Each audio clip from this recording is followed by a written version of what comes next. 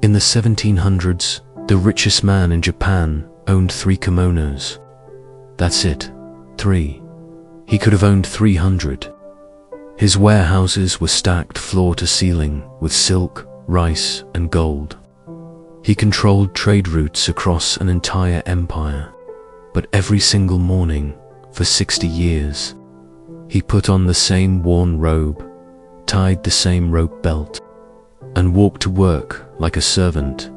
His name built a dynasty that would still be standing 300 years later.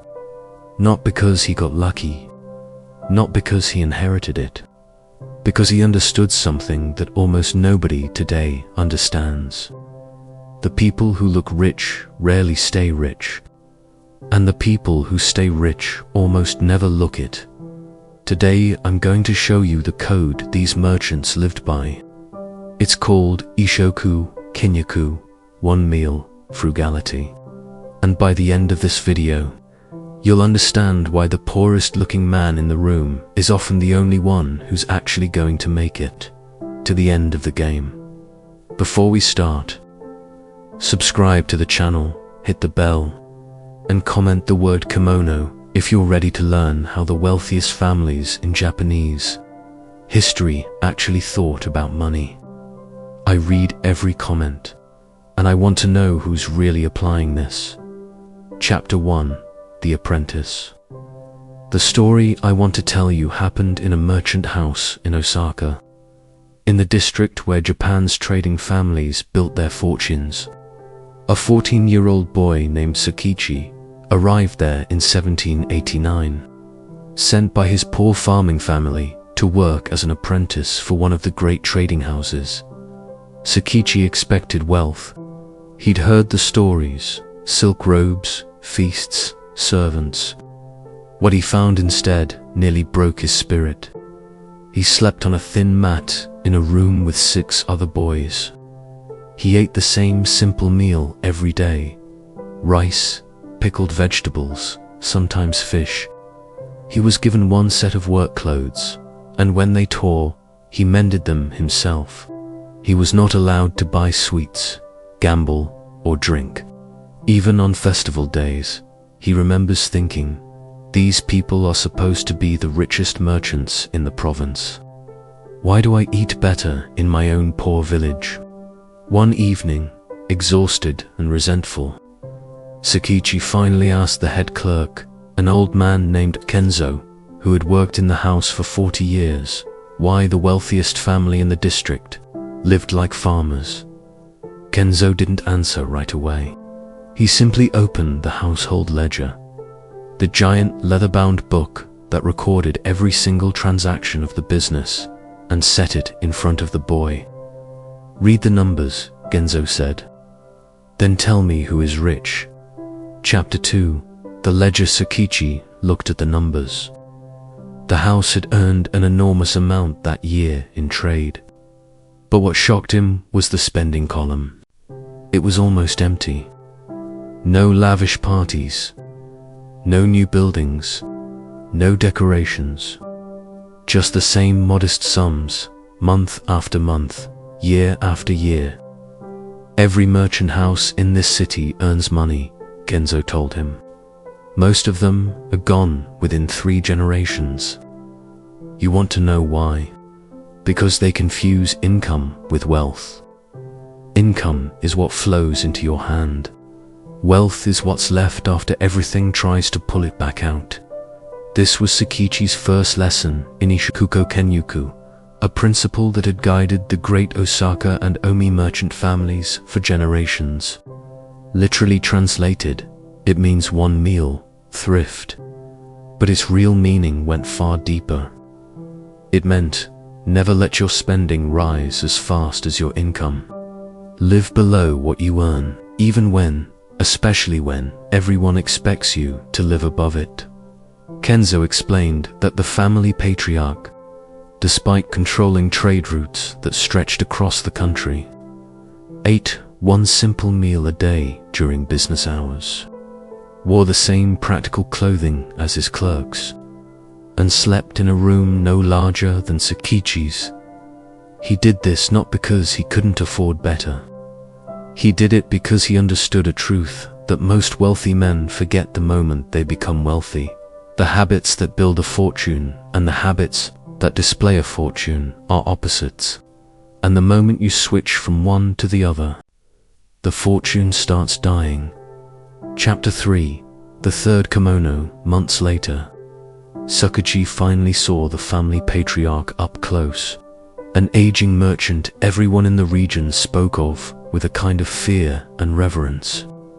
He expected a man dripping in silk.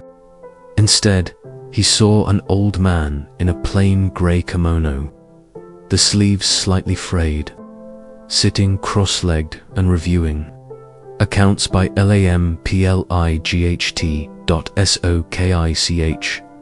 I later learned that this merchant owned exactly 3 kimonos, one for everyday business, one slightly better one for formal meetings with other merchant houses, and one reserved for ceremonies, funerals, weddings, New Year.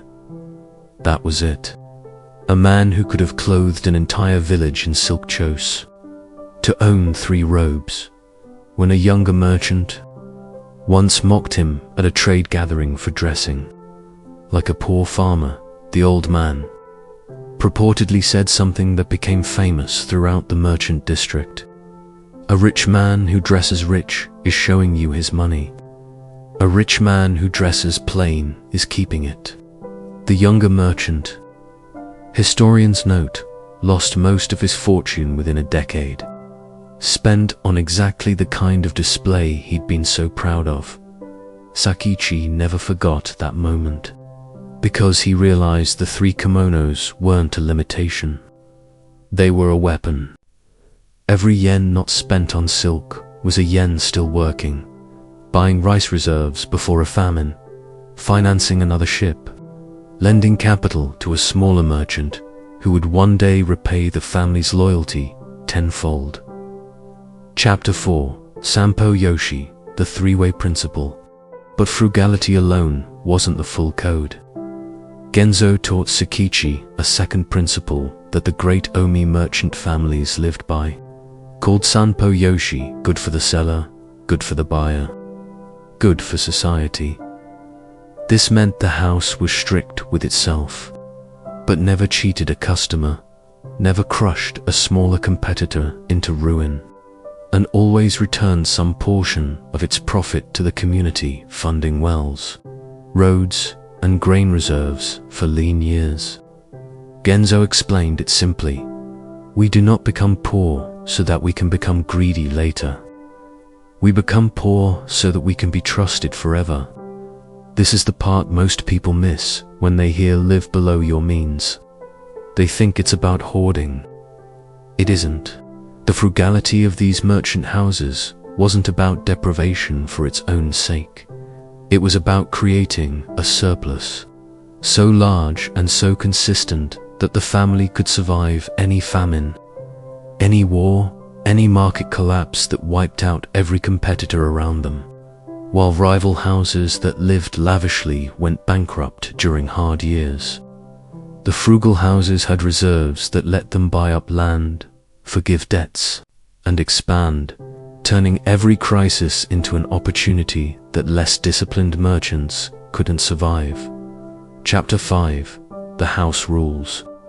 By the time Sakichi was a grown man, he understood why this family's trading house had survived generations when so many others had collapsed. The founder of the house, much like the real Mitsui family, whose founder, Mitsui Takatoshi, built one of history's most enduring merchant dynasties, had written down a set of house precepts for his descendants. Historians who've studied these merchant codes note they typically included instructions like: never expand faster than your reserves allow. Never lend your name to a venture you don't understand.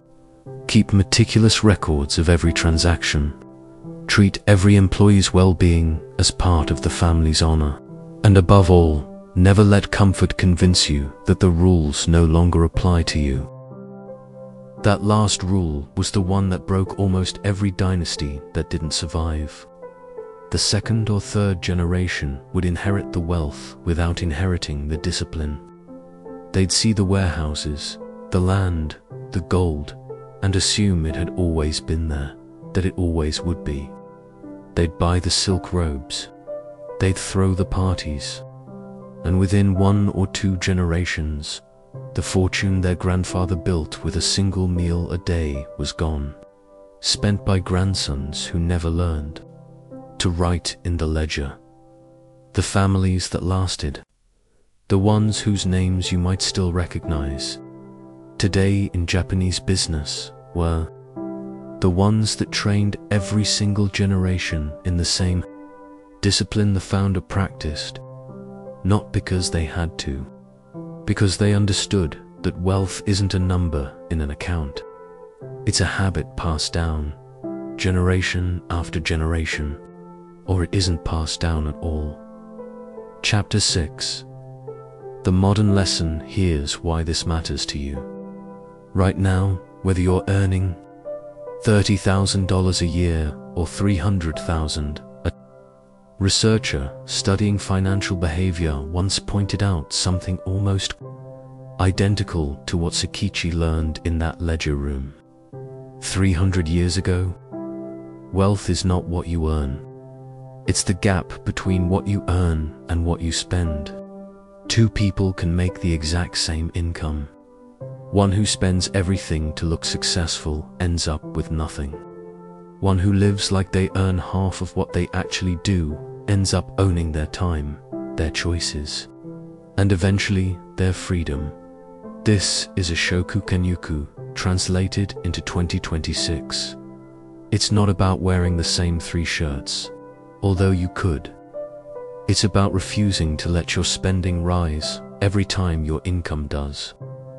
It's about understanding that the version of you who buys the new car, the bigger apartment, and the expensive watch the moment you get a raise is the same version of you who will still be broke at 50, just with better-looking debt. The merchant families who lasted didn't get rich by earning more than everyone else. Many smaller houses in Osaka made just as much money in a good year. What separated the ones who built 300-year dynasties from the ones history forgot was never the income. It was the gap. It was the discipline to keep living like the apprentice, long after they had the power to live like the master. Chapter 7. The challenge. So here's what I want you to do. Not someday dash today. Pick one thing you're about to buy simply to look successful. Not something you need. Something you are going to buy so someone else would see it and think you're doing well. A kimono, so to speak. Write it down. And instead of buying it, put that exact amount of money somewhere it can't easily come back out. A savings account, an investment, anything with friction. Then do that again next week. And the week after. You are not trying to become poor. You are trying to become the person in the room nobody suspects. The one quietly building a ledger while everyone else is buying silk they can't afford. Genzo told Sakichi something before he died that the old apprentice repeated for the rest of his life. The house that lasts is never the loudest house on the street. 300 years later, that sentence is still true. It was true for the Osaka merchants. It's true for you if this video meant something to you. Subscribe to Think Vibex and tell me in the comments, what's your 3rd kimono? What's the one thing you're going to stop buying to impress people, starting today? I'll be reading every single answer. See you in the next video.